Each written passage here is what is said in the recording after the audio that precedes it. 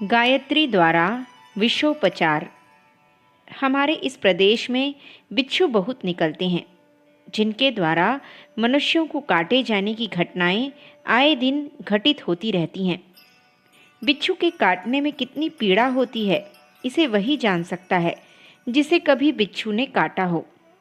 कुछ बिच्छू इतने विषैले होते हैं कि उनका डंक लगने से मनुष्य की मृत्यु तक हो जाती है। इस प्रदेश में बिच्छू काटने की कोई अचूक चिकित्सा उपलब्ध नहीं है।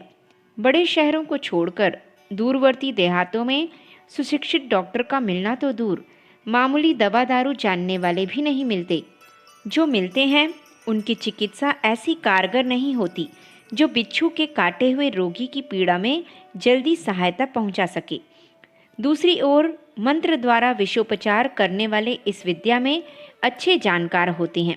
उनकी झाड़ फूंक से बहुधा आश्चर्यजनक परिणाम होते हैं।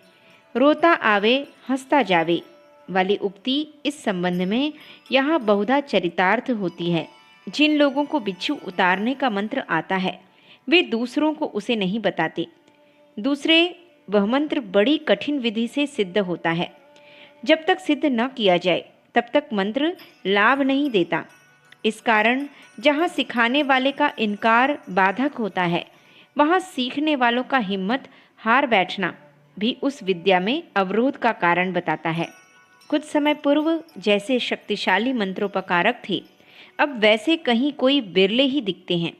मेरे एक मित्र बिच्छू विष उतारने का मंत्र सीखने के लिए बहुत उत्सुक थे, परंतु उपरोक्त कठिनाइयों के कारण उनका मनोरथ पूरा न हो रहा था।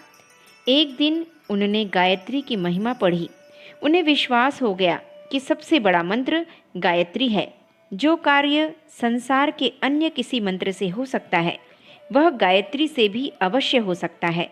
उन्होंने गायत्री का एक अनुष्ठान किया और उसके पश्चात बिच्छू के काटे हुए पीड़ितों का मंत्रोपचार करना शुरू कर दिया। फलस्वरूप उन्हें भारी सफलता मिलने लगी।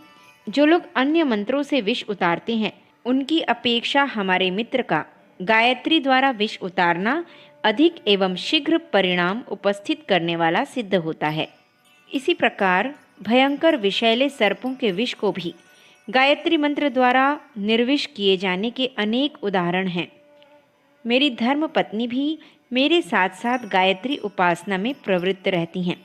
पड़ोस की स्त्रियां उस पर बहुत श्रद्धा करती हैं और कोई बच्चा बीमार होता है तो उसके पास ले जाती हैं। धर्मपत्नी गायत्री से जल अभिमंत्रित करके देती हैं और उसका प्रभाव औषधि से भी अधिक होता है। गायत्री द्वारा निस्संदेह मनुष्य के शरीर और आत्मा पर चढ़े हुए विष को उतारा जा सकता है और स्वच्छ शांति का आनंदोपभोग किया जा सकता है। अखंड ज्योति, जुलाई सन 1952, पृष्ठ संख्या 37। हमारे YouTube चैनल विचार क्रांति दूत अखंड ज्योति पत्रिका को सब्सक्राइब करें एवं अगली वीडियोस प्राप्त करने के लिए बेल आइकन दबाएं। धन्यवाद।